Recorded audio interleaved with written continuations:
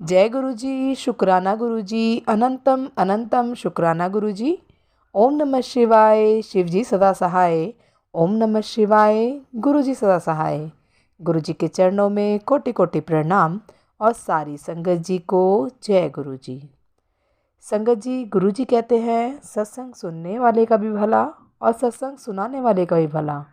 तो संगत जी, आपसे एक रिक्वेस्ट है कि सत्संग को पूरा सुने।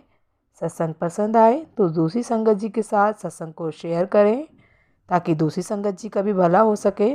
और संगत जी, यदि कोई भी सत्संग आपको बार बार पॉपअप हो रहा है तो इसका मतलब गुरु जी का ज़रूर कोई मैसेज है उस सत्संग में आपके लिए। तो सत्संग को ज़रूर सुने, पूरा सुने और गुरु जी का शुक्राना करते रहें। जय गुरु जी, शुक्राना गुरु जी। सारी संगत जी को जय गुरु जी।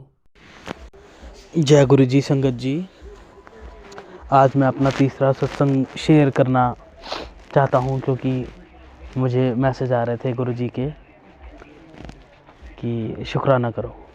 तो संगत जी, अभी तक की मेरी जर्नी गुरु जी के साथ बहुत अच्छी चल रही है। मैंने 2 अपने सत्संग पहले शेयर कर लिए हैं, लेकिन इतने सारे चमत्कार थोड़े समय में ही गुरु जी के साथ हो जाते हैं और गुरु जी कर देते हैं कि हमें यही नहीं पता लगता हम कौन सी चीज़ शेयर करें, कौन सी चीज़ ना शेयर करें। तो मैं जब स्टार्टिंग में ही जुड़ा था तो दर्शन देने के बाद मुझे अचानक से रात को नींद में सपना आया। एक तरफ गुरुजी बैठे हुए हैं और दूसरी तरफ जो मेरी भूआ की बहू है, यानी कि भूआ के लड़के की जो वाइफ है, वो मुझे मिक्सी के अंदर कोई शेक जैसा कोको कोला कलर का बना के दे रही है और मुझे ये बोल रही है ले मर, ऐसा बोल रही है। और साथ में गुरुजी बैठे हुए हैं और गुरुजी हंस रहे हैं। तो अब पता नहीं उससे क्या इंडिकेशन गुरुजी देना चाहते हैं कि वो हमारे बारे में बुरा सोच रही है या उसने ब्लैक मैजिक किया। तो ब्लैक मैजिक के भी मेरे को काफ़ी आए और मैं गुरुजी का दिया हुआ जल भी पी रहा हूँ। जो उनका लोटे वाला जल होता है, मैं उसको भी रोज़ ले लेता हूँ। और मतलब कि जब से आज मैंने अपनी दुकान पर भी जो मुझे गुरुजी का सबसे अच्छा मुझे गुरुजी का स्वरूप लगा, वो जैसे उनका ऑरा एक बनता है साइडों में ब्लू कलर का और एक ब्लू और रेडिश जैसे कलर का उनका एक ऑरा बनता है और मूवमेंट होती है उसकी ऑरे की गोल गोल। वो मैंने स्क्रीनशॉट लेके अपना उसको लैमिनेट करा के अपनी दुकान के मंदिर में रख लिया, जैसे कि गुरुजी ने मुझे बताया था। तो मैं डेली के अभी भी 2-2 3-3 सत्संग सुनता हूँ और पूरा दिन कैसे निकल जाता है मुझे पता ही नहीं लगता। तो मैं तो इतना ही बोलूँगा, आई लव यू गुरुजी। मेरी लाइफ में इतना आने के लिए आई लव यू और मेरा इतना साथ देने के लिए आई लव यू गुरुजी। आपसे बढ़कर और किसी ने मेरा हाथ नहीं पकड़ा है। और फिर मैं संगत जी से यही रिक्वेस्ट करूँगा कि आप कहीं पर भी किसी के पास भी जाते हैं ना, अपना ब्लैक मैजिक या किसी भी पंडितों कहीं जाने की ज़रूरत नहीं है। आप यहीं पर सेवा धर्म अपने पूरी निष्ठा के साथ गुरु जी को मानिए।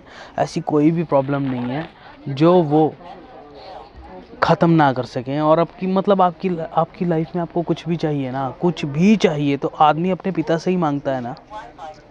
और एक और बात, जब मेरे पापा को एक्सपायर हुए अभी तो 2-3 महीने हुए हैं, और जब मेरे पापा एक्सपायर हुए थे 2-3 महीने, उस टाइम मैं एकदम न्यू संगत थी मैं गुरुजी की। तो उसमें मेरा ध्यान नहीं गया, उसमें लिखा हुआ था मैं ये सोचा था किसी और के लिए होगा, लेकिन अब मुझे लगता है कि वो मेरे लिए था। उसमें लिखा हुआ था कि पुत्र तू फिक्र ना कर, तेरा प्यो तेरे नाल है।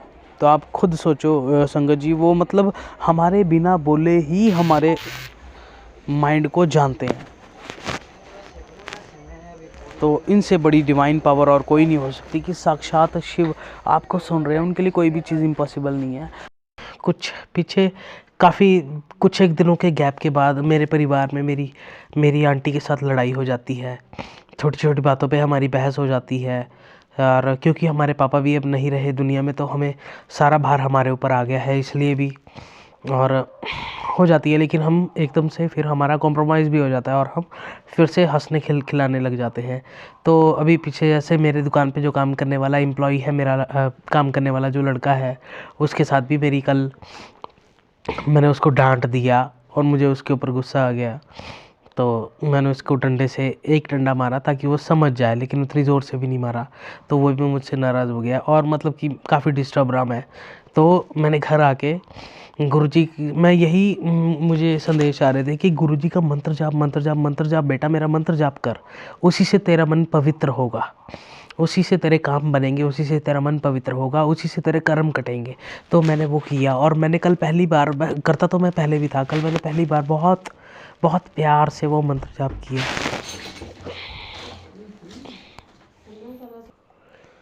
तो मैंने बहुत ही प्यार से मंत्र जाप किया और उसके बाद मुझे बहुत ही अच्छी और बहुत ही हल्की फीलिंग महसूस हुई। जो मेरा मूड डिस्ट्रॉय हुआ था वो मूड मेरा अच्छा हो गया।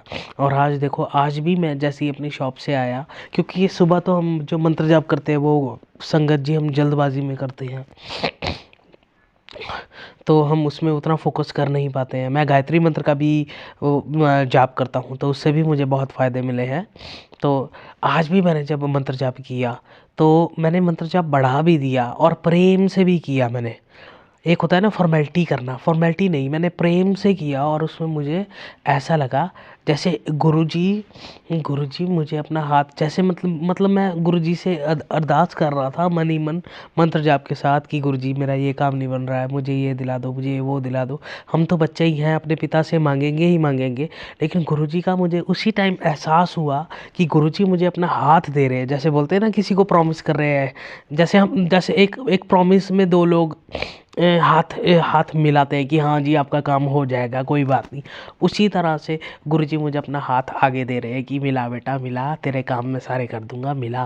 और मुझे इतना अच्छा महसूस हुआ ना संगत जी, मैं सच बोलता हूँ, आप गुरुजी को एक बारी मन में धारण करके उनके साथ सारी बातें शेयर करके देखो, वो आपसे बात करेंगे, आपकी बात, आपको बातें बताएंगे, आपसे बात करेंगे और आपकी हर एक इच्छा पूरी भी करेंगे, है ना। और लेकिन हमारा उसके पीछे कर्तव्य बनता है कि जो गुरुजी हमें जिस रास्ते पर चलाना चाहते हैं ना, हम भी धीरे धीरे उस चीज़ को फॉलो करें, तभी हमारा मन पवित्र होगा, तभी हम ये कर्मों के संसार से, ये जो मृत्यु लोग है, इससे मुक्त हो पाएंगे, है ना।